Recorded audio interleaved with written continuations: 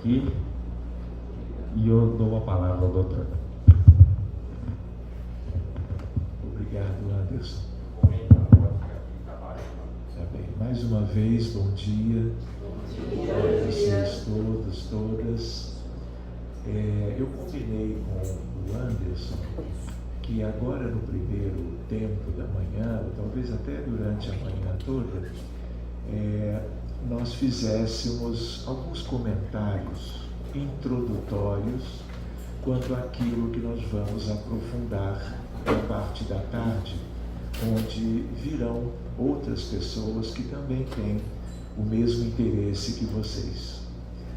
É pertinente isso, por isso a combinação com o Maurício, com ele, com o Paulo. Eu sou o Sérgio, eu acho que eu estive aqui outro dia, já me esqueci porque estive em cidades diferentes também.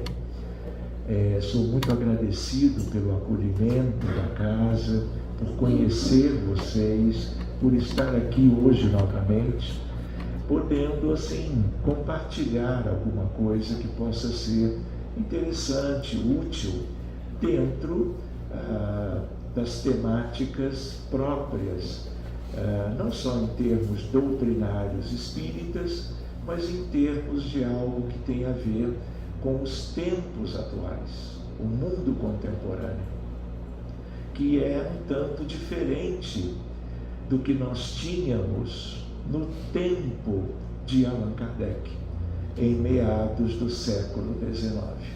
Muitas coisas são iguais ou muito próximas, mas inúmeros aspectos nós fomos vivenciando, observando acontecerem no mundo, e o Espiritismo continua sendo esse manancial de informações, de conteúdos, para servir como o norte de uma bússola que nós precisamos, para que possamos, estando na Terra, irmos progredindo espiritualmente, nos melhorando como seres humanos, como almas, como espíritos, e desse modo ajudando também a que todos façam o mesmo.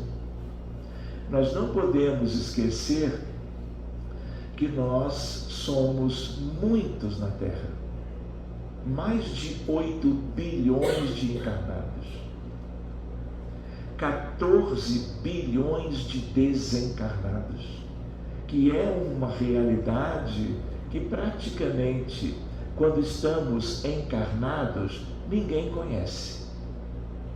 Nós temos notícias, nós temos noções que a própria doutrina espírita nos trouxe desde os tempos de Kardec, quando nós estudamos os livros fundamentais e, se possível, também melhor ainda, quando lemos as obras que ficam um pouco esquecidas do movimento espírita, a exemplo dos volumes da Revista Espírita. Então, o tempo tem passado e nós estamos observando que o nosso mundo parece que não vem progredindo. O progresso tecnológico, claro, vem acontecendo pela ciência de um modo geral, mas as questões morais, as questões vinculadas ao adiantamento dos espíritos na direção do reino de Deus, da felicidade, da emancipação moral, nós estamos notando que, salvo um caso ou outro, em número maior ou menor, nós estamos vivendo tempos muito difíceis. E o Espiritismo, não só por toda a obra de Kardec, mas também com Emmanuel, com André Luiz, com Humberto de Campos, com Manuel Filomeno de Miranda, com Vitor Hugo, com os espíritos, através da mediunidade de Dona Ivone do Amaral Pereira, nós temos muitos subsídios, Mas o que nós não podemos deixar de lembrar, e talvez agora seja uma ocasião para isto, é que nós espíritas, no planeta Terra, vamos dizer, com mais de 160 anos da doutrina espírita entre nós ainda somos um mundo muito atrasado espiritualmente falando. Muito. Então, é importante que nós continuemos estudando, mas a ideia que eu queria lembrar é que nós somos muito poucos. Espíritas no planeta Terra, 0,008%. Um grãozinho de areia numa praia imensa.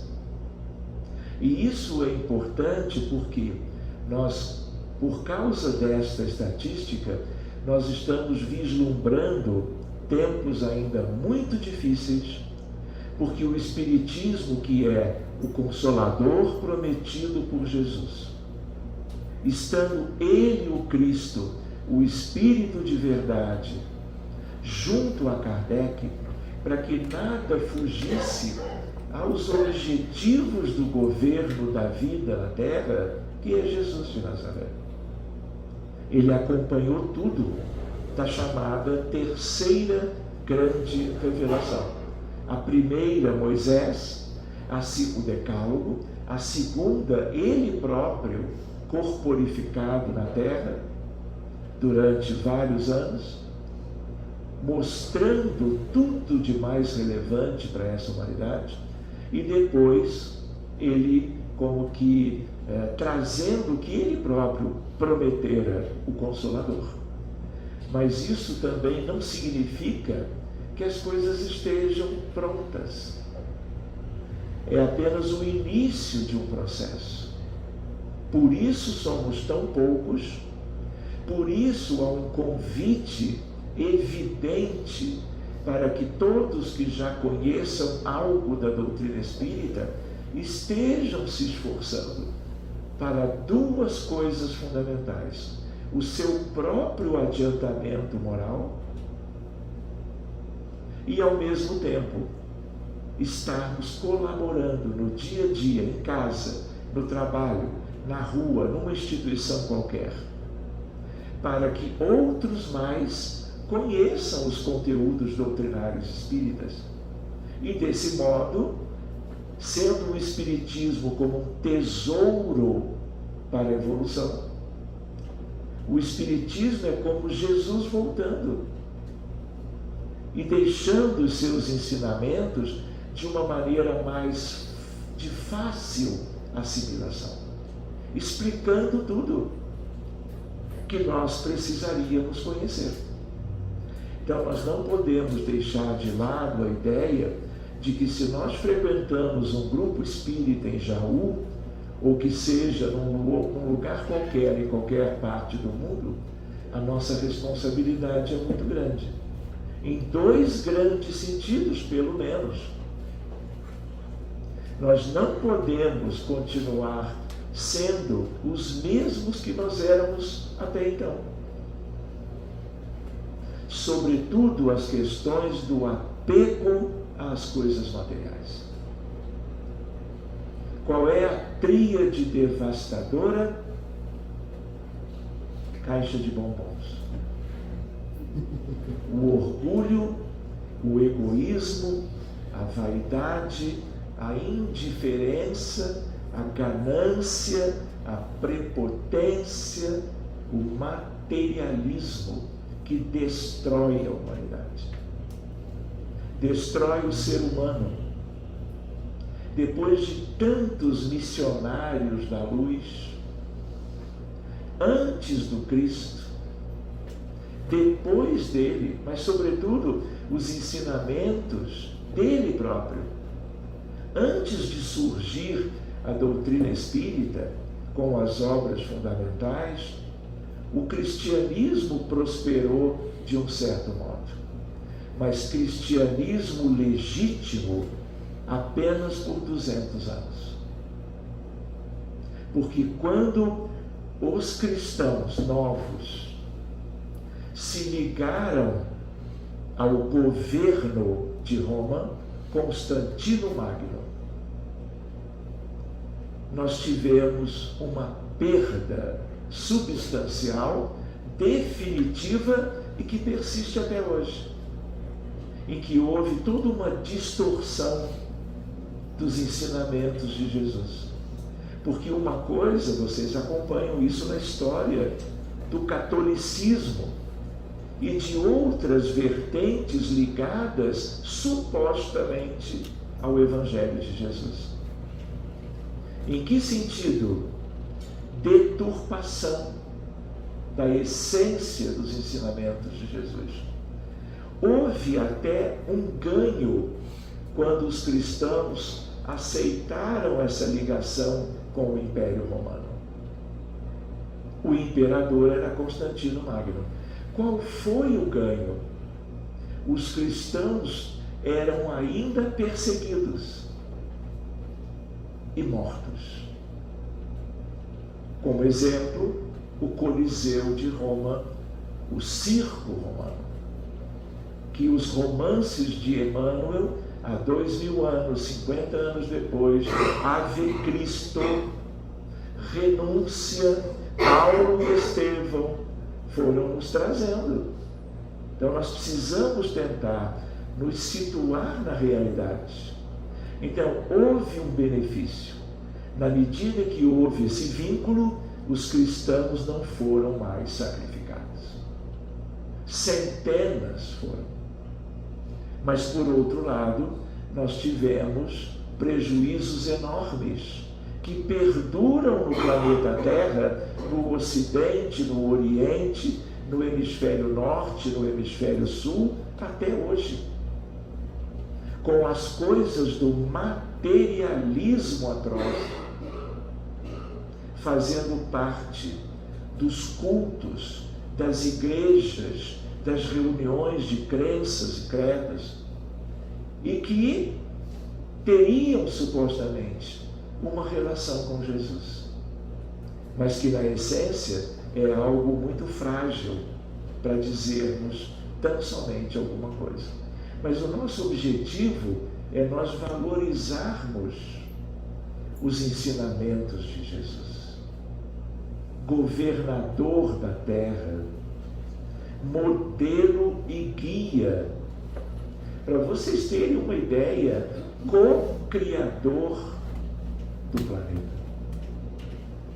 Se vocês vão comigo, e talvez já tenham ido até bem na frente, o livro A Caminho da Luz.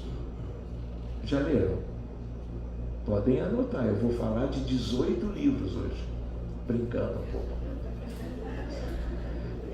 O livro A Caminho da Luz traz para nós a ideia, por exemplo, de que quando a terra se resfriava,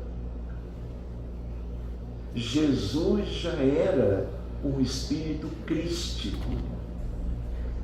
Os cristos ou devas arcangélicos não são dentro da hierarquia dos espíritos.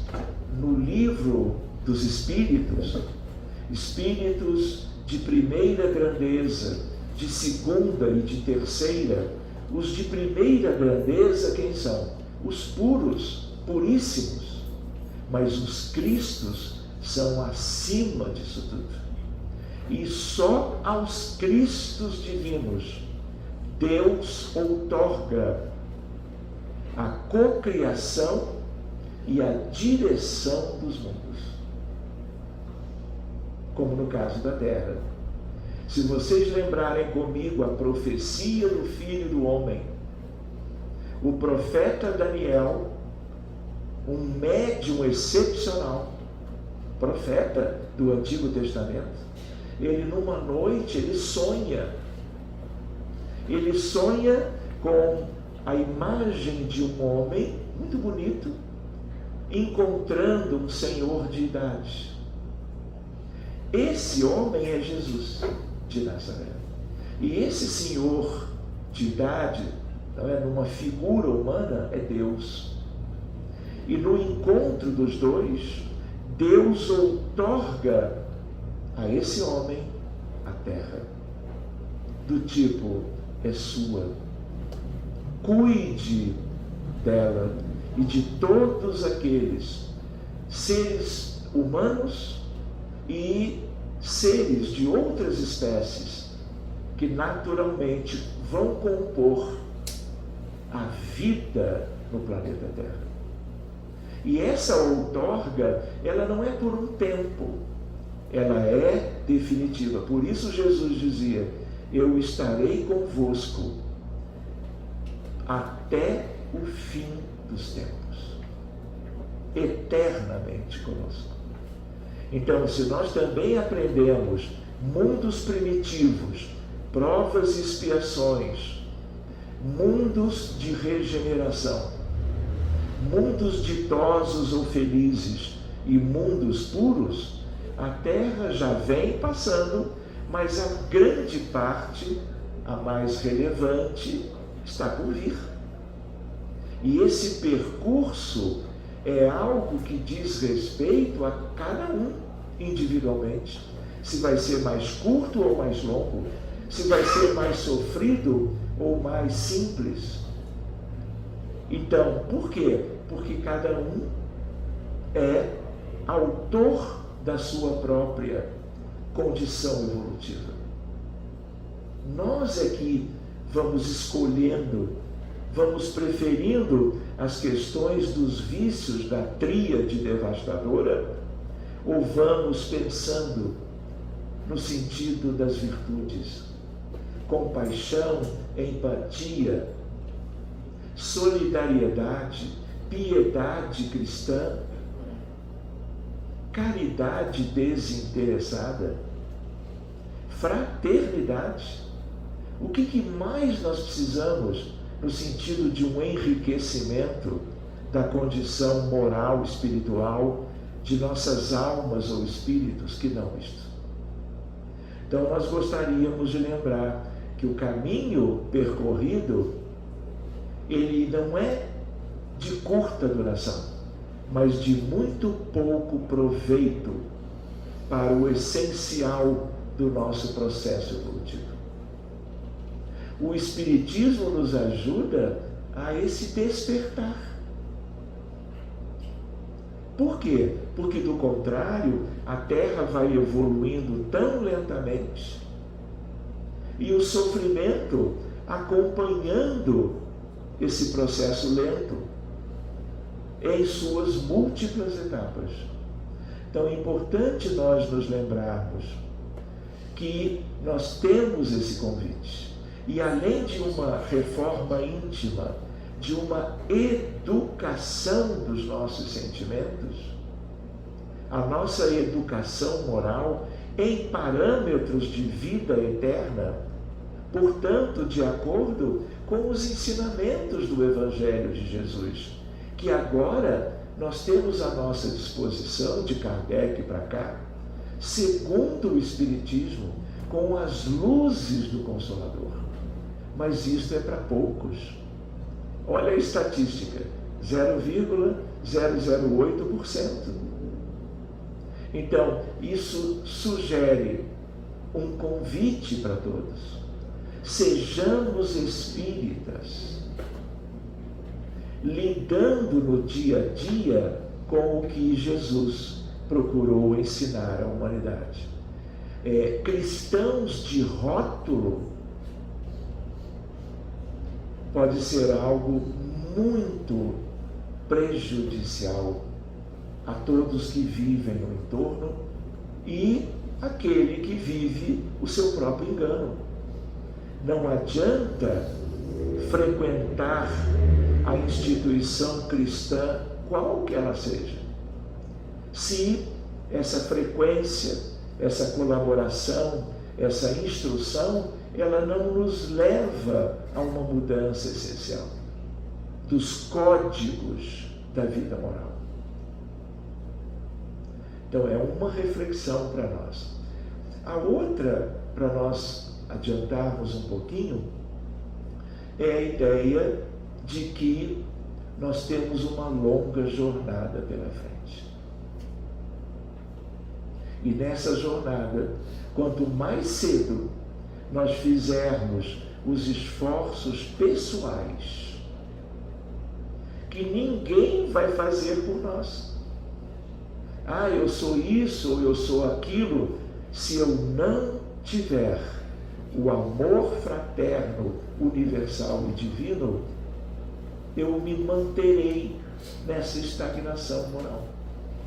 Eu vou desencarnar de novo, vou chegar do outro lado, como muitos chegam, encontram com seus afetos e desafetos desta vida e de vidas anteriores, se dá conta da grandeza do universo de Deus, olhando para as estrelas com uma visão que nem os telescópios nos dão hoje, mas que o espírito livre da matéria, porque desencarnou, tem acesso.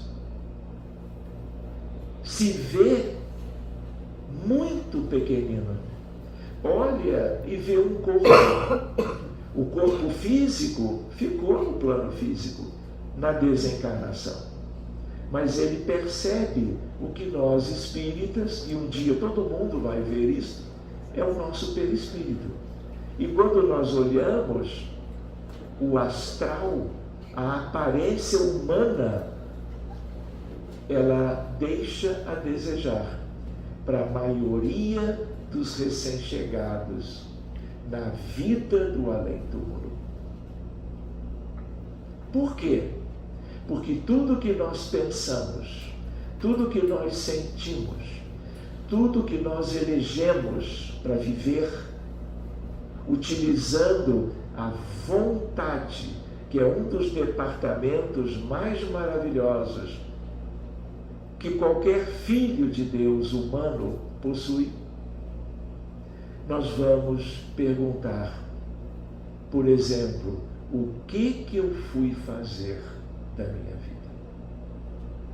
Arrependimento é algo que é muito frequente, sem esquecermos que muitos nem se deparam com estes aspectos logo que desencarnam, porque desencarnam e descem para as profundezas da Terra. Umbral inferior, trevas e zonas abissais. É a mesma história que outro dia eu lembrava. Quando nós dormimos, onde nos situamos? Depende de quem somos. Uns poucos sobem, como sobem quando desencarnam, porque tem um perispírito sutil, rarefeito, diáfano, e aí ele não é atraído pela gravitação da Terra. Mas os que têm errado muito, reiteradamente, o perispírito é pesado, adormecem, descem. Rimou, mas é bom para nós nos lembrarmos. Ao mesmo tempo, a noção de que cada um tem um lugar. Qual é o nosso? Como fazer para que na vida futura, já desencarnados de novo, ou mesmo na próxima noite, onde vamos estar? Depende não só de como foi aquele dia, mas depende da nossa história remota, milênios. Porque o nosso perispírito traduz tudo que nós já experimentamos na Terra. E até antes de chegarmos na Terra, vindos de qualquer mundo dentro do princípio da solidariedade. O mais conhecido é Capela. Outro que vale a pena conhecer, que é muito mais adiantado hoje do que Capela, é Sírius. Por isso que todas essas questões podem ser válidas de nós, sobre ela, dialogarmos um pouquinho. Então, importante nós irmos recordando essas coisas e buscando imprimir na jornada evolutiva, porque isso é uma coisa pessoal. Você vai orar pelos seus familiares, filhos, pais, da parentela corporal como um todo, tentando não esquecer de ninguém. Se você tem um coração um pouquinho mais aberto, você vai orar pela parentela espiritual também. E você pode ir adiante e orar pelo planeta inteiro e até pelo universo, porque isso faz você exercitar pensamentos, irradiações mentais, sentimentos enobrecidos, que são exatamente de acordo com os ensinamentos de Jesus. Quantas vezes Jesus propôs para aqueles espíritos maravilhosos que eram os apóstolos do colégio apostólico. Eles eram quantos? Inicialmente 12, depois 13. Lembram disso? De tal maneira que todos eles são espíritos elevados, não necessariamente puros ou puríssimos, como os de primeira grandeza. Nós não temos uma noção melhor a respeito. O mais importante deles no sentido da evolução, João Evangelista, o discípulo amado. Mas Pedro, Tiago, Mateus, Marcos, o apóstolo médico Lucas, todos eles. Mas se nós recordarmos a história do cristianismo primitivo, João Evangelista foi o único que desencarnou pela idade. Mesmo assim, foi exilado em Patmos, na Grécia, e Jesus foi até ele e disse: João, a tua missão não terminou. Ele achava que ia desencarnar logo pela idade, mas ainda escreveu e faz parte do Novo Testamento o Apocalipse. E eu gosto de lembrar, se é de Jesus, nós espíritas pelo menos, devemos buscar conhecer todos os livros do Novo Testamento. E ainda por quê? Porque temos uma espécie de um privilégio. Espécie porque não há privilégio na lei de Deus. Tudo é para todos. Uns aproveitam primeiro, outros vão aproveitar depois. Que é a ideia de que nós devemos aproveitar a encarnação atual. Cuidarmos muito bem a que nós estamos nos dedicando. As coisas que contam de verdade para as realizações humanas no bem, não as nossas, as dos outros. Uma coisa é a parentela corporal, outra coisa é uma visão holística, ampla, de como cada um, na sua simplicidade, pode ajudar a todos os demais. Se não tínhamos começado, comecemos. Outra ideia para nós, do livro, então, A Caminho da Luz, lembram que eu comentei sobre a incandescência? Naquela altura, da profecia do Filho do Homem, que é aquele encontro de um jovem com o Senhor, que seria Jesus com Deus, a Terra ainda tinha essa incandescência. Sabe quando que foi isso? 3,5 bilhões de anos. E ele, Jesus, já era um Cristo de Deus. Por isso que às vezes eu comento entre amigos assim, ou num estudo qualquer, que mesmo nós, os espíritas, não conhecemos Jesus. Temos noções, graças a ele, graças a Deus e a todos que no cristianismo, nas suas variadas vertentes, vêm falando corretamente a respeito da natureza, que sejam capazes de alcançar a respeito do Divino Mestre. O Messias prometido, o Príncipe da Paz, o Cordeiro de Deus, o Alfa e o Ômega, o princípio e o fim. E como ele mesmo tinha dito, eu sou o caminho, eu sou a verdade, eu sou a vida. E ele ainda continua, e ninguém vai a meu Pai, senão por mim. Num convite tão lindo, para que nós o conheçamos melhor, valorizando a sua mensagem de amor.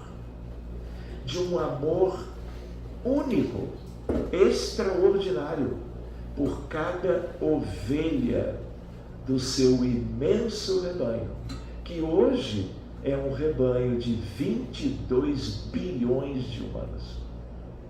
Fora o que ele sempre fez por seres vivos, desde o princípio espiritual, desde todo o desenvolvimento do princípio espiritual, até, por exemplo, o reino vegetal, o reino animal, chegando na culminância evolutiva, a raça humana. Então, nós somos um percentual pequenino em meio a uma multidão.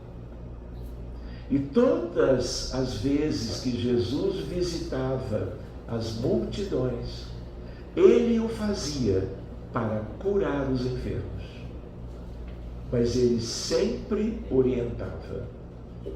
Ele sempre dizia, porque conhecia tudo de todos,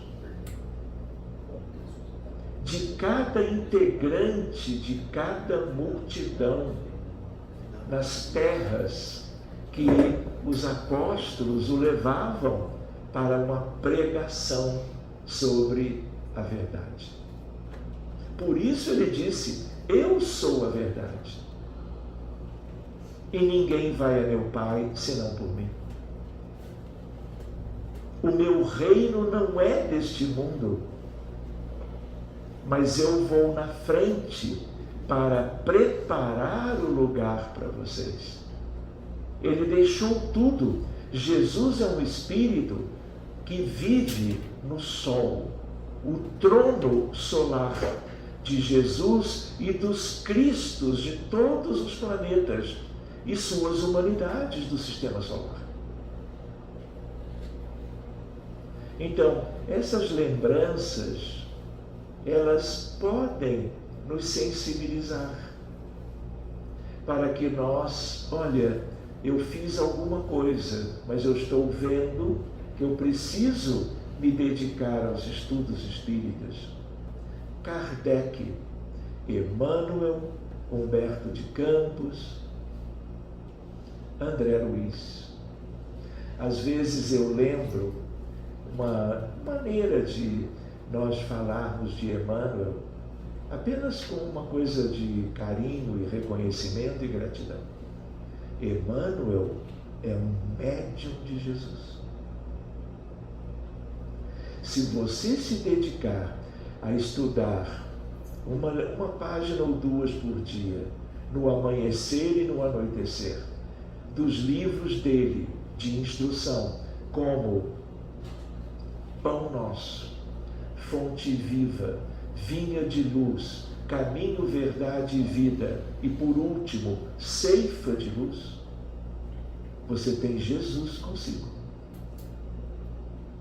Tentem buscar sentir a presença dele nas orientações em que Emmanuel avança, fazendo parte do Espírito de verdade que é o Cristo, trocando em miúdos, nós poderíamos dizer, os ensinamentos do Cristo. para que nós que temos mais dificuldade de entendimento, ele veio pela mediunidade de Francisco Cândido Xavier, outro querido emissário de Jesus, que se via como um verme, de tanta simplicidade e humildade. Então, se eu busco Emmanuel, eu tenho Jesus pertinho. Então, eu posso tê-lo, o Cristo de Deus,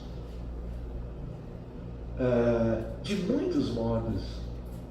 E eu preciso lembrar que isso tem sentido. E eu não me deixar levar no dia a dia pelas seduções do mundo. Sobretudo, valores materiais, bens, dinheiro, vantagens, que só nos distanciam do caminho reto da ascensão. Então, eu preciso me conscientizar que por mais que estejamos encarnados, vivendo mais uma vida em plena matéria, matéria densa do corpo físico, matéria densa da realidade do planeta, ainda assim, eu posso ter os pés pisando o mundo, mas o meu coração, a minha alma, eu preciso elevá-la na direção da nobreza dos sentimentos, das decisões, das escolhas, da utilização da nossa vontade. Do contrário, vem aquilo que se chama o arrependimento. Não pensemos que é simples abrirmos mão da sedução da matéria. Nós sempre tivemos dificuldades e o mundo inteiro vem vivendo isso tudo de novo quando reencarna cada um. E mesmo no movimento espírita, quantos problemas, quantas dificuldades, quantos equívocos de dirigentes, de médiuns, de estudantes da doutrina que ainda não alcançaram a mensagem precípua do Cristo. Ah, mas a vida é eterna. É. Aquilo que não conseguimos agora, vamos dizer que leve 1000 anos. Tudo bem. Mas aí o que acontece? Nós vamos vendo muitos avançando e a retaguarda evolutiva sendo nossa. Outra ideia curiosa para nós conversarmos, não é? Tem a ver, portanto, dos objetivos da casa espírita. O centro espírita é um farol de luz para o mundo.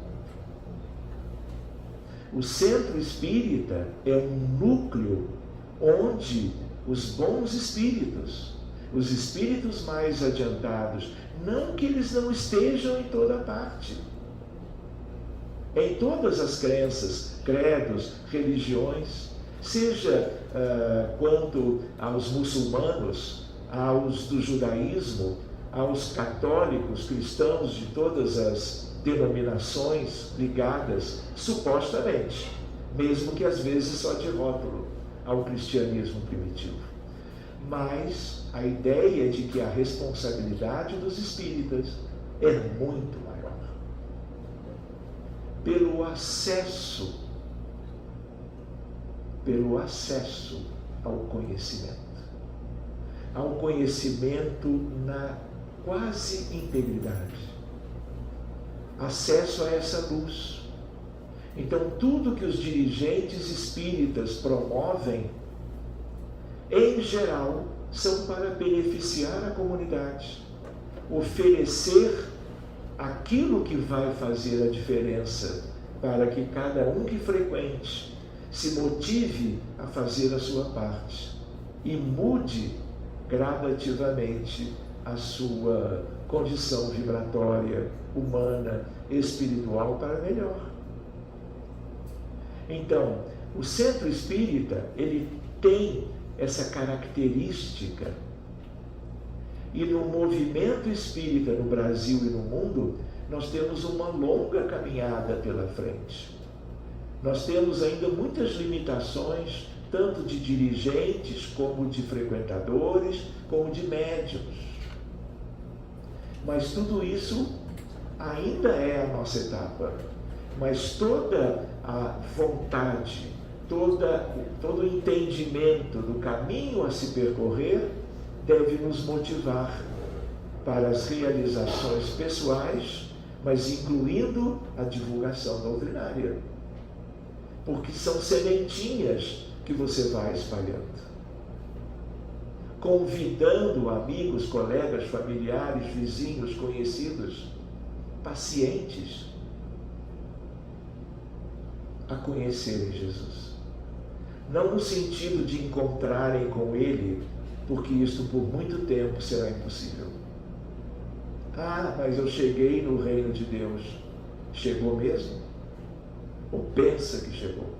Enquanto não chegar. E não precisa estar vendo Jesus como uma figura divina, maravilhosa. O que importa é Jesus dentro de nós.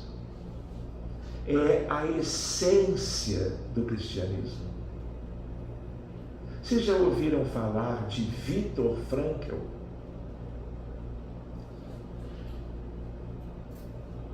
Eu vou deixar escrito, como sugestão de leitura, o livro dele, Em Busca de Sentido. Ele, de origem judaica, foi preso durante a Segunda Guerra Mundial, levado ao campo de concentração de Auschwitz-Birkenau, alguns quilômetros de Cracóvia, na Polônia, viveu todo aquele drama que resultou numa morte trágica, perversa, sofrida de dezenas de milhões, não apenas de judeus, mas de ciganos, de tchecos. E ele sobreviveu. Quando o campo de concentração foi aberto, quando os russos chegaram primeiro e libertaram todos, ele tinha 35 quilos. Caquético, como eram caquéticos os que não tinham alimento e sofreram tudo além de câmara de gás e outras coisas. Pois bem, ele se torna psiquiatra. E é um dos psiquiatras da história da medicina mais reverenciados. E ele traz uma coisa linda para nós, que eu me lembrei de novo agora. Todos nós, filhos de Deus, temos um núcleo saudável em nossas almas.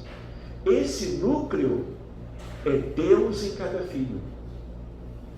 Nada, absolutamente nada, pode corromper esse núcleo que venha de fora, nem o que venha de dentro, por equívocos ao longo da marcha evolutiva. Nós podemos corromper a periferia, como tem acontecido há milênios. O que parece que é do núcleo saudável, não é. Então, esse núcleo, nós podemos fazer com que ele tome conta, gradativamente, do Filho de Deus como um todo, expandindo, desenvolvendo, como amor e caridade. Estudo. Uma ideia para nós anotarmos, talvez: cada filho de Deus evolui em 2 aspectos, não só na Terra, no universo de Deus. Primeiro aspecto, ciência universal. Todos os filhos não foram criados simples e ignorantes, como aprendemos com Kardec. E aí nós vamos gradativamente ao longo dos milênios, dos milhões de anos da caminhada evolutiva, nós vamos crescendo nesse aspecto. Às vezes eu brinco dizendo, olha, vai ter que estudar química, biologia, matemática, uma tal de física, né? Literatura, sabe? Vai conhecer os idiomas, vai crescendo. Mas tudo isso é o adiantamento moral em parâmetros de horizontalidade. Por isso, você hoje tem na Terra um desenvolvimento tecnológico, científico, jamais imaginado há meio século atrás. Não é verdade? Mas o que acontece? O ser humano imperfeito, com a tríade, que é mais do que 3, a tríade devastadora, está vivendo há milênios aqui e continua se comprometendo perante as leis de Deus. Em que sentido? Nós tivemos guerras ao longo de todos os últimos séculos. 6.000 anos da escrita, nunca tivemos 100 anos de paz. Nós estamos aqui em Jaú conversando sobre algo que possa ser proveitoso para nós há 50 guerras. Agora, e não é só Ucrânia, faixa de Gaza, Cisjordânia, Iêmen, Síria. Hoje, há horas atrás, Estados Unidos e Israel estão bombardeando o Irã. E o Irã revidando. Mais uma. E a África, com a qual ninguém se importa? Quantas guerras? 54 países no continente lindo da África. Dezenas de conflitos. Sudão do Sul, República Democrática do Congo, Burkina Faso, Somália, Nigéria, Eritreia, Djibouti. E as coisas acontecendo. Miséria como consequência. Fome, desnutrição, alta mortalidade infantil. E o mundo esquece essa desigualdade e a vida que nossos irmãos iguais a nós estão levando. Enfim, outra ideia então para nós, por exemplo, suicídios. 2026. Estamos hoje terminando o mês de fevereiro de 2026. 2025, 1.100.000 casos de suicídios no mundo. Um suicídio antes da pandemia a cada 40 segundos. Organização Mundial da Saúde. Pós-pandemia, pelo luto, pelo lockdown, pelo isolamento social, pelas angústias, pelo medo da morte, pela depressão, durante e pós-pandemia. Quando virá outra? Hoje, um suicídio para cada 33 segundos. Organização Mundial da Saúde. Tem outros dramas que eu vou deixar para mais adiante. Não vou comentar agora, mas é mais grave ainda. Então, o nosso Anderson, ele está impondo ele está impondo um break, não é? Um intervalo para um café, uma água, uma conversinha de corredor. Então vamos aceitar a bela sugestão do nosso amigo e pode retomar a segunda parte. Muito bem. Vamos então prosseguindo no nosso. Agora sim eu te vejo. E aí nós estávamos falando do que? Era espiritismo? Era um tal de Kardec, né? Mas em que. Isso. Eu não me lembro exatamente onde eu parei, mas alguém comentou comigo logo depois que nós fomos começar o intervalo, né, que eu tinha comentado em relação ao progresso, vamos dizer, de superfície, mas especialmente horizontalidade. Eu tinha comentado que todos os filhos de Deus, em qualquer lugar do universo, na condição humana, uma vez alcançando-a, deve buscar progredir. Tanto nessa questão que nós chamamos de ciência universal. Então, o mundo nosso tem tido um enorme avanço na ciência de um modo geral, na tecnologia, nas coisas ultra sofisticadas. Aí eu lembrei das guerras. Querem ver dois exemplos? Nós temos a ideia dos drones. Quando os drones surgiram, progresso científico, não é? Ele surgiu para que o ser humano pudesse olhar as coisas de cima e ver de uma maneira que nós não tínhamos como ver, porque o avião, ele vai longe demais, muita altura. O drone não, você controla e vai observando quantas cidades lindas, turisticamente falando, você obteve uma noção melhor com os drones. Mas a humanidade é tão imperfeita e cruel, e os drones, hoje, e já há um tempo, anos, vêm sendo utilizados para matar, com mísseis, bombas de alto poder destrutivo, porque a mesma tecnologia fez os países aumentarem o poderio de destruição das suas armas.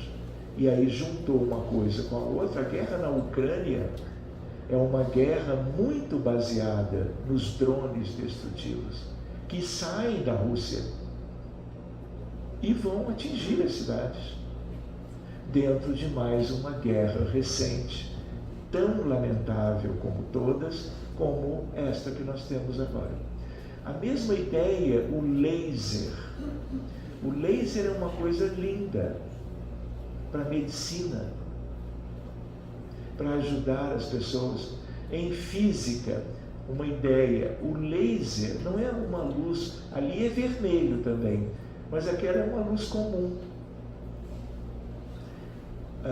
O infravermelho é outra questão, mas a ideia de que o laser seja ele da cor que for, o mais comum é o vermelho, é um feixe de luz coerente, em que o caráter ondulatório, cada feixe é igualzinho aos que estão embaixo. Isso é que dá a característica do laser. Então nós usamos laser, por exemplo, se a pessoa tem retinopatia diabética e tem uma cegueira por causa disso, pelas lesões do diabetes mellitus na retina, retinopatia, o laser pode melhorar muito a visão. Mas o que a humanidade andrajosa, perversa em boa parte, vem fazendo com o laser? Mira telescópica para matar. Então, a ideia da horizontalidade, que mesmo assim é maravilhoso. Todo o avanço da medicina, até o novo paradigma surgir, faz parte dessa horizontalidade que é para o desenvolvimento da humanidade. Ciência universal, astronomia, astrofísica, cosmologia, medicina, bioquímica, neurociências, tudo lindo, para se conhecer a realidade, tanto a realidade do planeta Terra, como uma realidade transcendente. Então, mas o outro aspecto é o aspecto da verticalidade, da ascese, da ascensão. Lembra que eu comentei termos os pés nas estradas do mundo, mas nossas almas não devem ser do mundo, quanto a um mundo tão atrasado do ponto de vista moral. Nós temos que ter, se somos obrigados a reencarnar, e todos fomos e somos. Ah, é? Então tá bom, eu vou fazer as coisas do dia a dia do mundo convencional, humano, mas sempre fazendo boas escolhas. Mas eu não quero pertencer a este mundo no sentido de enquanto ele for o que é. Eu não posso me afastar, porque a reencarnação é projeto evolutivo para toda essa gama de espíritos que tem a ver com o planeta dirigido por Jesus. Mas eu não posso ser do mundo. Uma coisa é estar nele, outra coisa é pertencer a ele no sentido de repetir as mesmas circunstâncias, escolhas equivocadas de uma grande parte dos habitantes da Terra. Então, a ascensão é nós nos despojarmos do materialismo, do apego, e projetarmos o nosso espírito para que ele vá na direção da prosperidade moral, da libertação do mal, do vício, da tríade devastadora: orgulho, egoísmo, vaidade, indiferença, ganância, materialismo desenfreado. São aspectos da falência moral de cada um. As guerras têm a ver com isto: dominação, ocupação de países, territórios. Isso é muito grave. 6.000 anos de história escrita, nunca tivemos 100 anos de paz? Que mundo é esse? Muitas das doenças, muitas das condições de sofrimento que as pessoas individualmente ou coletivamente padecem na Terra são consequências do que nós fizemos há 1.000, 5.000, 10.000 anos, por exemplo. Sempre lembrando, não sei se eu já comentei, doença, transtorno, doença física, transtorno mental é efeito, é legado, é consequência dele. Não é por uma questão biológica de um defeito que surgiu como casualmente. Não existe acaso, muito menos para questões que geram preocupação, sofrimento, dificuldades no dia a dia de quem quer que seja. Tudo é não casual, mas causal. Você tem o câncer, você tem a cardiopatia, está em fila de transplante, você é uma criancinha com crises convulsivas frequentes por uma síndrome de Rett, que é uma síndrome genética infantil. Você tem o alcoolismo crônico, começou e não parou mais, e hoje é um doente, um transtornado mental com dependência química ao álcool. Você é uma criancinha que com 3 anos, por questões de comportamento, o colega disse que é uma criança com TEA. Tudo isso tem origem.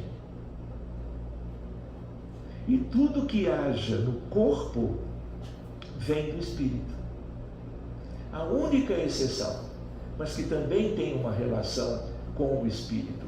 É quando a pessoa ingere ou usa de um artifício para morrer. Intoxicação exógena por ingestão de ácido. Vai sofrer muito e pode morrer. Então aí é uma coisa que vem de fora. Usou numa escolha equivocada um mecanismo de infligir ao corpo físico um dano irreversível. Então vem de fora. Mas por que a pessoa faz isso? Por alguma questão íntima muito séria. Porque isso não é nada comum. Então todas essas questões do corpo e da alma, da psiquiatria, da clínica médica, da cirurgia, da gineco-obstetrícia, tudo tem a ver com questões espirituais. Então, uma coisa é a verticalidade, outra coisa é a horizontalidade. Pela horizontalidade, você pode ir ao drone, ao laser e a progressos maravilhosos. Mas o que importa? O que você vai fazer com essas coisas?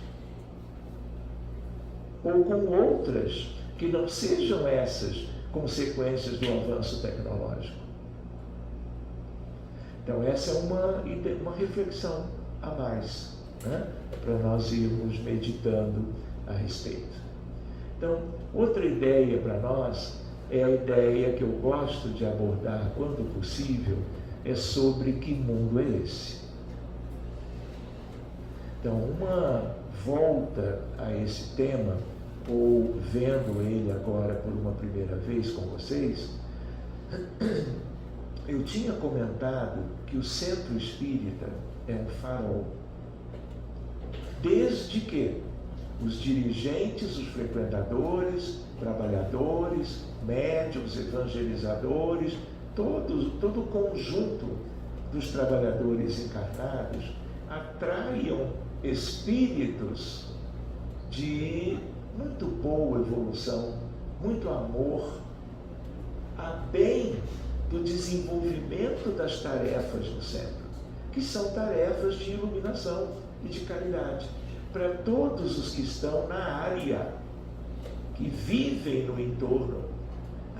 Em Jaú tem 3 centros, eu gosto mais daquele, porque tem uma afinidade, mas tem os outros 2 que também procuram fazer um bom trabalho. Não há centro espírita que não procure isso, não é verdade? Então, importante nós lembrarmos que os centros têm esse papel. Mas quando nós trabalhamos a ideia da mediunidade, é importante conhecer a casa planetária. Em que sentido? Quando nós estamos no centro, na igreja, no shopping, na rua, num ambiente de trabalho comum, uma agência bancária, onde for, você está encarnado.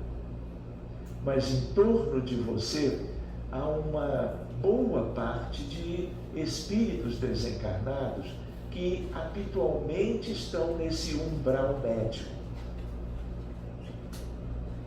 Eles nem sobem muito nem descem, fazem parte. A pessoa, por exemplo, que desencarnou, continua em casa, tem afinidade com os familiares, e vocês pensam que todo mundo diz, não, tchau, daqui vou subir.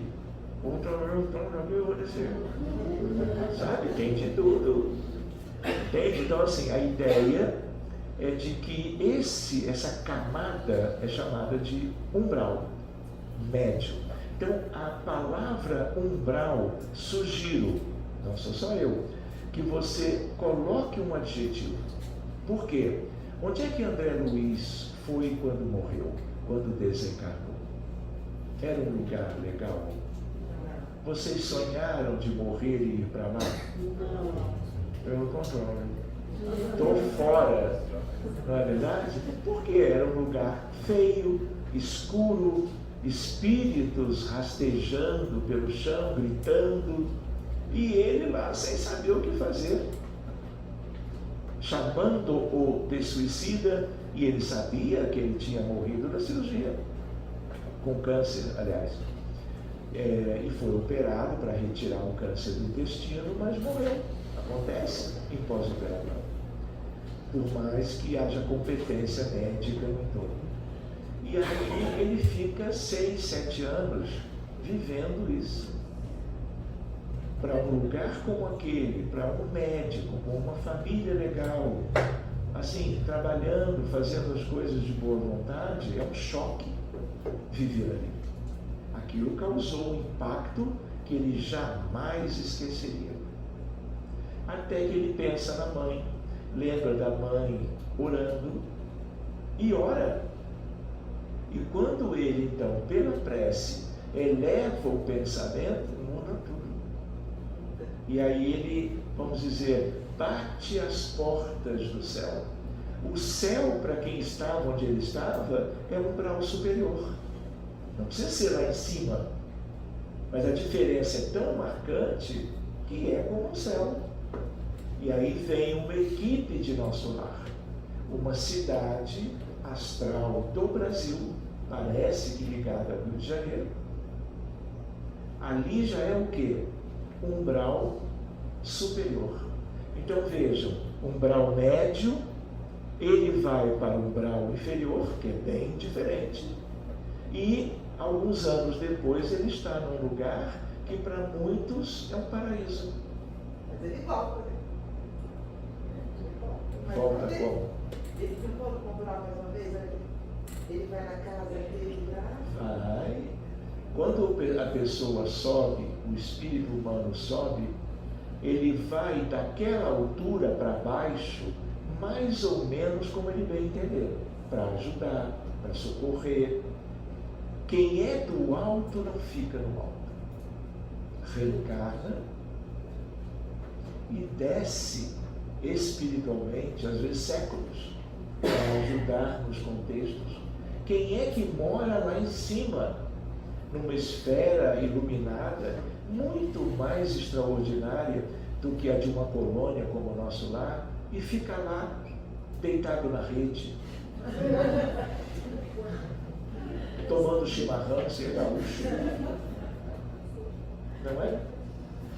Então, desce, sobe, ganha todo aquele aspecto maravilhoso de um abastecimento moral, olha para baixo, já sabe o que tem lá embaixo. Porque subiu, a primeira coisa que a pessoa quer é descer para ajudar.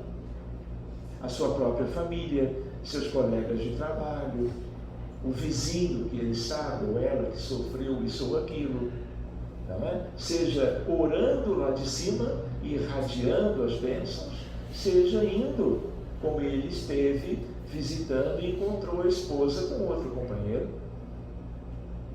E ali ele ganha pela maneira interessante de reagir.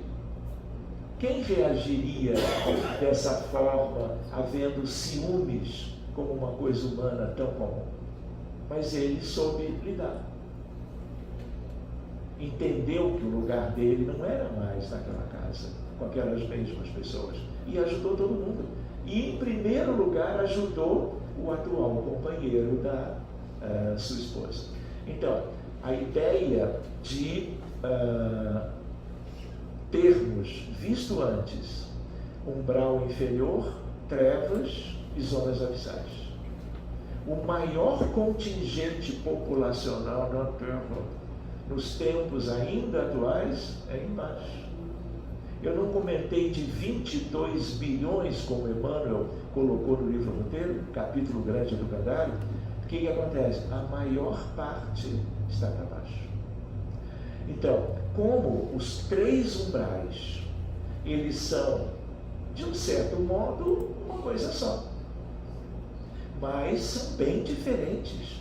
Tanto é que quando vocês leram a obra Nosso Lar, quando vocês viram como é que era a vida na colônia, vocês não ficaram conversando com veneranda, com a ministra mais conhecida, tipo assim, ó, arruma um lugar aí para mim, eu vou morrer no máximo em 10 anos, eu já estou mais para lá do que para cá, aguarda aí, segura aí um lugarzinho para mim. E aí o que aconteceu? 3 milhões de exemplares do livro foram vendidos e lidos, mesmo que nem todo mundo que comprou tenha lido. Aí veio o filme, e aí até os que não eram espíritas foram ao cinema. Que história é essa de colônia? Que nosso lar? Porque todo mundo pensa, para onde eu vou depois? Mesmo que seja de outra crença qualquer. Foram ao cinema, mais 3 milhões. O que aconteceu? Aquele lugar, na descrição pelo filme ou pelo livro, é um lugar encantador. E aí Veneranda começou a receber pensamentos de todo o Brasil e de outros países com brasileiros, espíritas sobretudo. Ela não suportou. Aí ela convoca os engenheiros siderais, porque todo mundo que chegava para ela mentalmente, por favor, arruma um lugar para mim. E aí, sabe como é? Para mim e para minha família. Aí já são 6, 20. E ela tentando administrar aquele peditório coletivo. E ela, super generosa, tudo indica que Veneranda seja Isabel de Aragão. Vou contar de tarde alguma coisa sobre ela. Isabel de Aragão. Aquela que era casada com o rei de Portugal. É aquela do episódio da multiplicação das rosas. Depois eu conto, tá? Pois bem, o que acontece?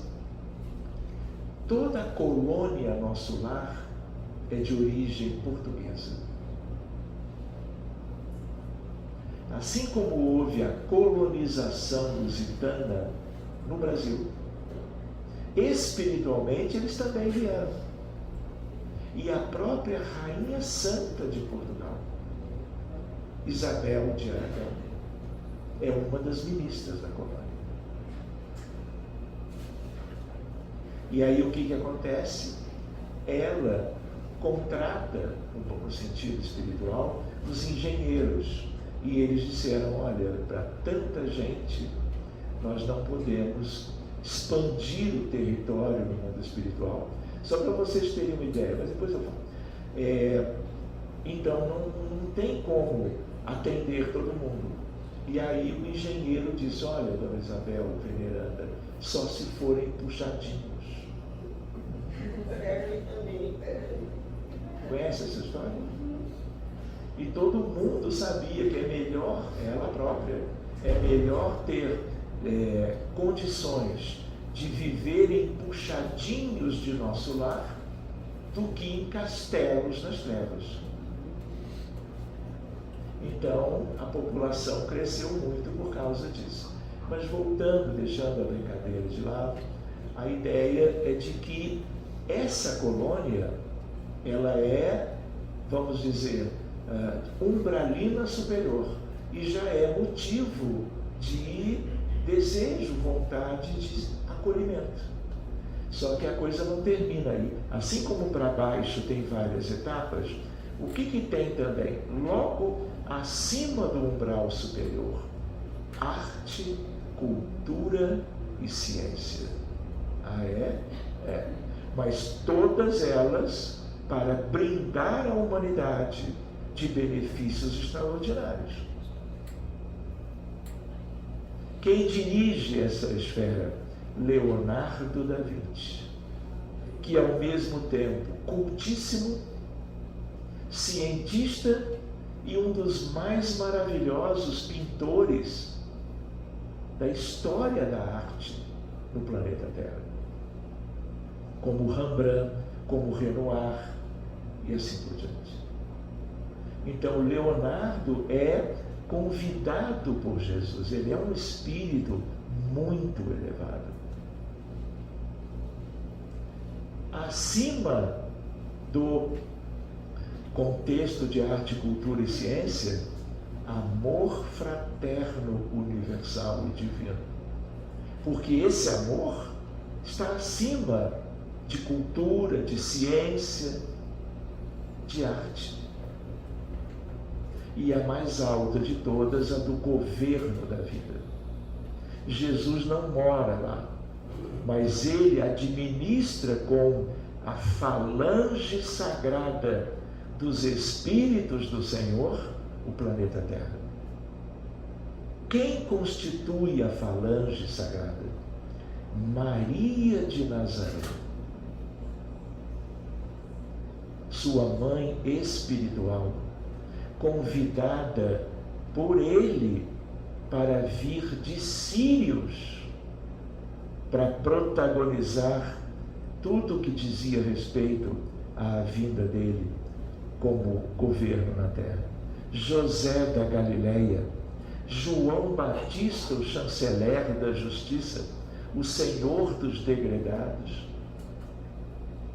os apóstolos, que são 13, incluindo Judas Iscariotes, um espírito maravilhoso, que se atrapalhou naquela altura, querendo ajudar, e acabou colocando, um certo modo de dizer, os pés pelas mãos. Os 72 discípulos. Lembram do livro Boa Nova, de Humberto de Campos, Chico? Leiam o capítulo Os 500 da Galileia. Essa é a falange sagrada. E alguns integrantes reencarnam, outros não. Maria esteve uma vez na matéria e depois administrando e fazendo tudo até hoje.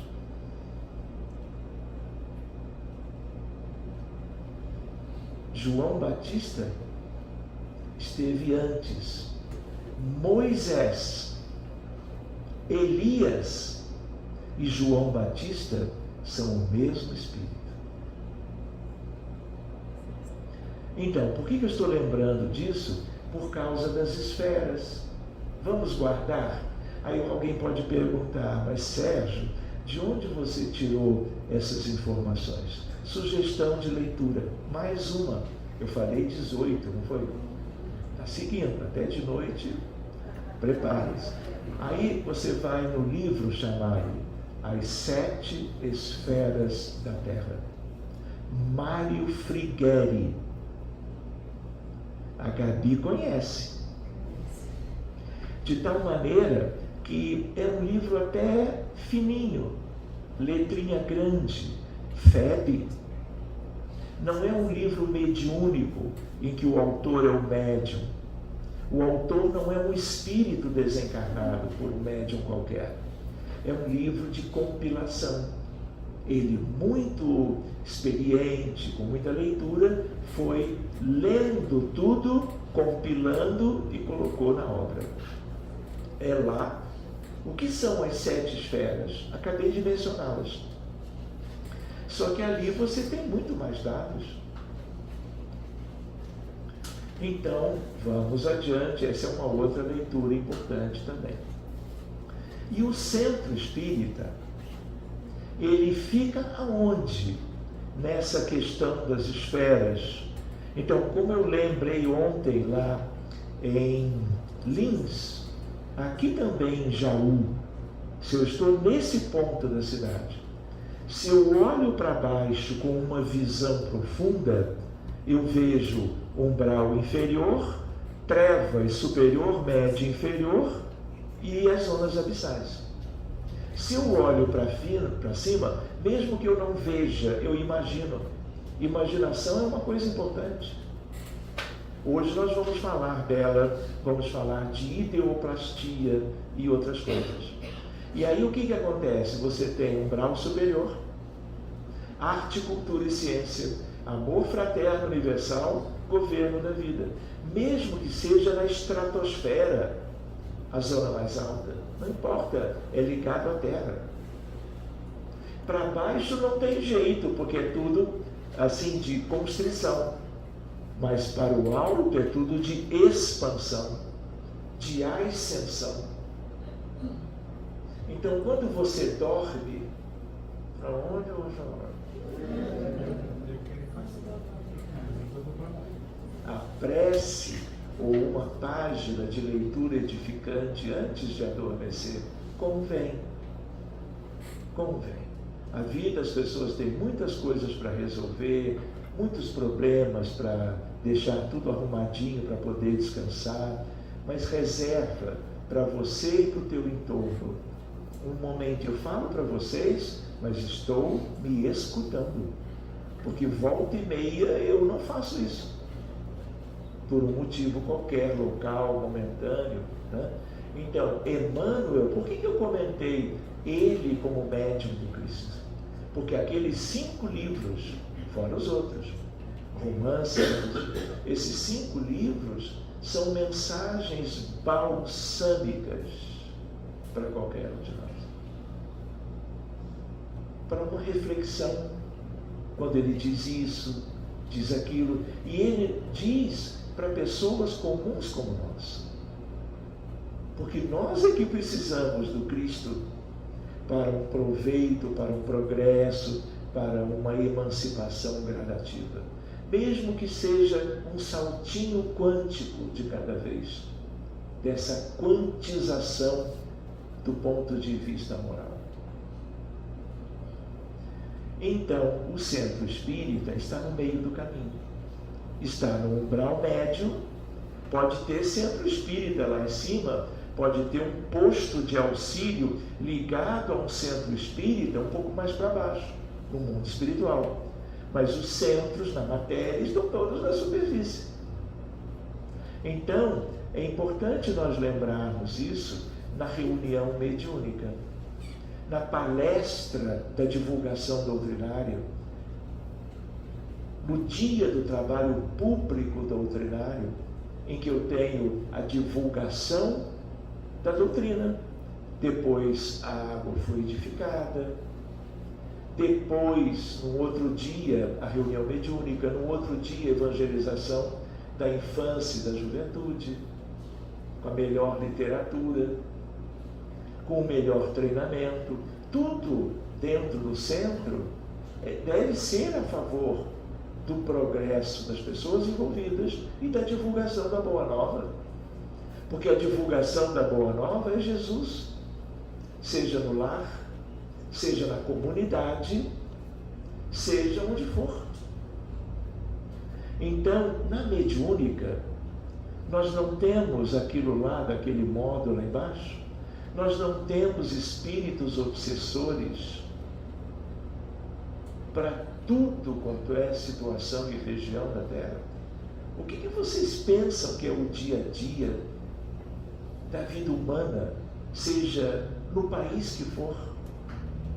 Adianta ter progresso material? Não adianta. O progresso material tem a sua razão de ser, mas se ele te afasta do caminho do progresso moral, ele é tudo que não devia estar sendo valorizado por você, porque ele é um atalho, ele te afasta do caminho reto. Chega depois da morte o arrependimento. O que eu fui fazer da minha vida? E isso é válido para espíritas, que às vezes são mais espíritas na aparência, na conversa. Às vezes, lembrando uma outra questão ligada a isso, eu preciso conhecer bem a doutrina espírita.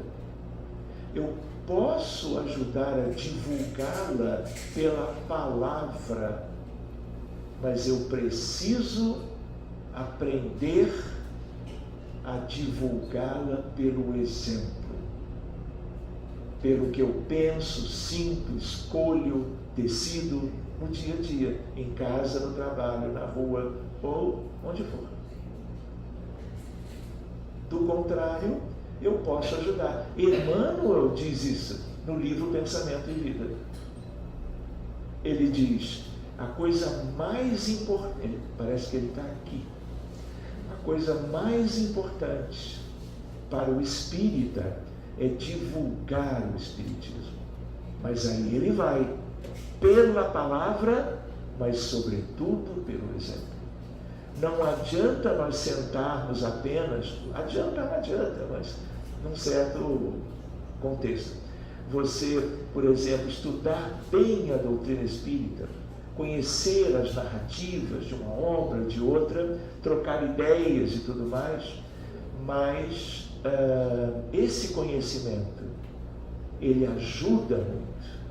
Mas se eu não sou alguém que no dia a dia revele aquilo que o Espiritismo trouxe para dentro, em termos de favorecer as minhas mudanças internas e uma espécie, modestamente, de uma iluminação interior, eu não estou fazendo o principal.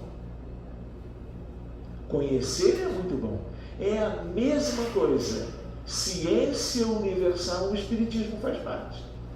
Você pode ser um ótimo orador, mas quando se envolve em política, religião, crença, pontos de vista, você põe os pés pelas mãos. Quantos espíritas vivem a polarização política no Brasil? Bem delicado, não vou entrar nessa vertente agora. Então, todo cuidado é pouco. O que é de Jesus é somente dele, para ser nosso. Por isso ele veio.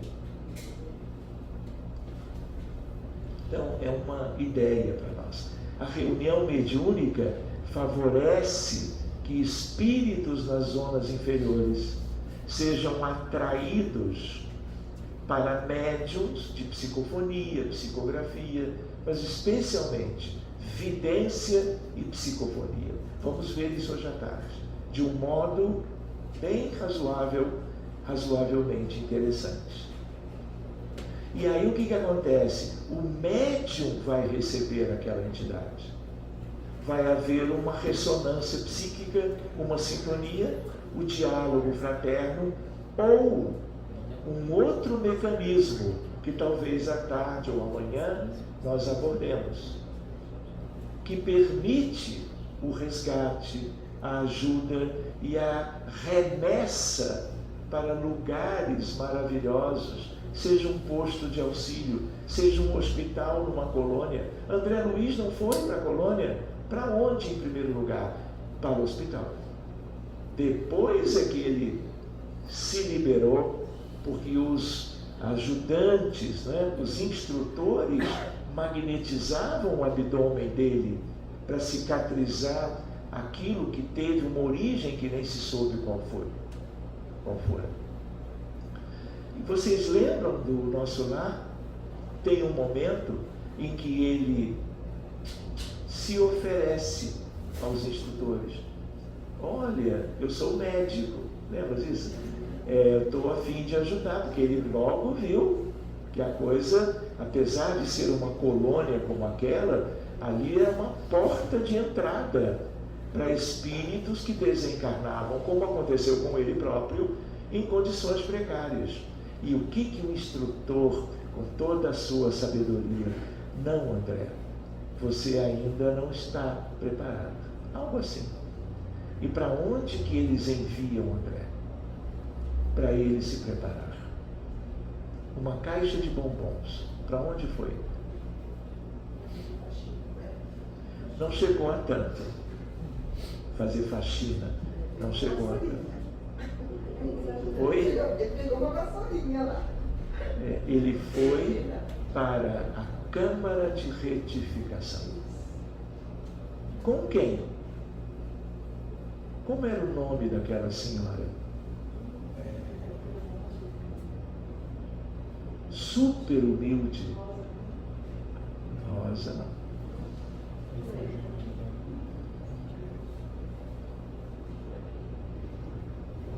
E aí o que ele faz? Ele viu a porta aberta da colônia para receber pacientes. E ela recebia e colocava em macas para tratamento físico, mas físico para a parte material do perispírito, porque o corpo já tinha sido deixado para trás pela desencarnação.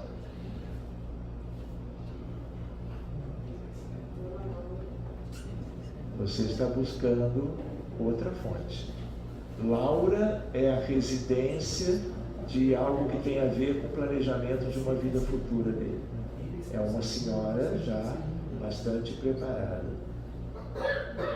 É interessante isso em sala de aula, né? O aluno vai lá e usa o Google, né, para chegar na frente e dizer: vou esperar você para ver se você acha. Agora, todo mundo está sabendo do artifício que você lançou mão para saber o nome dela. Enfim, ele se prepara com ela, não é, na câmara de retificação, para depois, então, ele sair ajudando. Quanto aprendizado ele obteve? Lembram de um momento em que ele era recém-chegado ainda na colônia e ele estava com um guardião percorrendo, vamos dizer, um lugar que tinha uma rede eletrificada. Porque nem todo mundo que quer pode entrar em nosso lar. Mesmo sendo uma colônia um pouco mais elevada, ainda acessível a quem vem um pouco de baixo. E como todo mundo entende, só de olhar na vizinhança, que era uma colônia de felicidade, de luz, é natural que as pessoas queiram entrar. E aí vocês lembram? Ele muito assim solícito, gentil, ele diz assim: a senhora pode entrar sim. E aí o guardião, alto lá, André. E aí ele coloca a mãozinha sobre a fronte de André, e André leva um susto, porque com esse toque, a visão de André Luiz foi uma visão mais da realidade.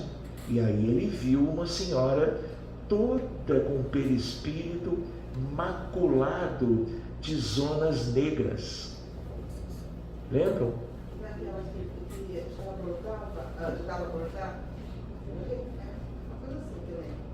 Ela era uma candidata à enfermagem, mas visando lucro, aceitava a curetagem uterina, gerando a morte de embriões e fetos. E aí, uma ideia para nós, sei lá, se pode ser útil no futuro: mácula escura no revestimento do perispírito de alguém é crime de morte. Com tantas guerras, com tanta violência, feminicídio no Brasil, 4 casos por dia, infanticídio. Vocês já imaginaram as condições espirituais de quem age contrariando as leis de Deus dessa forma? O futuro de boa parte dos que vivem no Brasil e no mundo? Outra ideia para nós é a ideia do quanto o centro espírita, estando na metade do caminho entre os céus, vamos dizer assim, e as zonas tristes, o centro espírita é um lugar único de divulgação da luz do Evangelho, mas ao mesmo tempo a prática mediúnica, a mediunidade exercida seriamente, ela pode muito em seus efeitos de caridade, de acolhimento, de libertação e de cura das pessoas obsidiadas por aqueles que moram lá embaixo, mas acompanham os encarnados dias e noites, e muitas vezes ajudando a gerar doenças, transtornos mentais e doenças orgânicas. Então, em geral, existem outras crenças queridas que também têm grupos mediúnicos de trabalho, de sua maneira, por experiências dessas religiões, todas lindas. Sempre que tiver o objetivo de ajudar, é luz para o mundo. Não importa. Nós não podemos julgar porque é diferente do que estamos acostumados. Pelo contrário, enalteçamos todo e qualquer trabalho de caridade da parte de quem quer que seja. Tenha uma religião ou não tenha nenhuma. Porque o que importa não é a crença, não é a rotulagem de fé. É a ação. Então, meus amigos, a ideia é de que nós temos muito que conversar. 2026, 2027 e vai por aí. Se não for nesse lado aqui, vai ser do lado de lá. Por que não? Daqui a um tempo estaremos. Não é? Deixa de ter apego, porque a hora vai acontecer, né? Vamos nos preparando, se possível. Se possível. Agora, não pensa que tem escadinha que é só apertar o elevador e subir. Tudo tem os critérios das leis de Deus, né? Sobretudo, qual é a mais importante das leis quando você estuda no Livro dos Espíritos? A lei natural. Qual é a mais importante? Da obra principal de Kardec. A lei de amor, justiça e caridade. Então, se nós queremos algo, porque é interessante, nós não temos que fazer a caridade porque soubemos que ela é o caminho da ascensão. Não pode haver, poder até, mas não deve haver esse como interesse. Essa questão como o motivo, isso tem que brotar de dentro do Filho de Deus, da filha. E aí o resto é consequência. Então, de tarde, nós vamos nos reunir de novo, né? E vamos ver vários aspectos além desses. Então, bom almoço para vocês e no mais tardar, às 3h01, nós estaremos, não é? Sentando para conversarmos mais um pouquinho.